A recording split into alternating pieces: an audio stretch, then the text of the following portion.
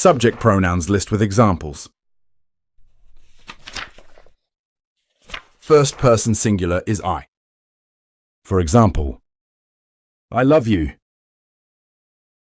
Second person singular is you. For example, you are great. Third person singular is he, she, or it.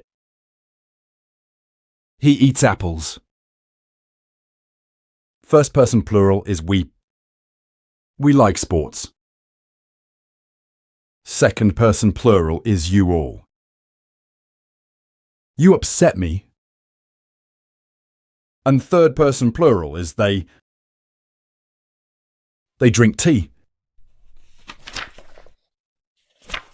Don't forget to visit the website and subscribe to our channels for more grammar lessons.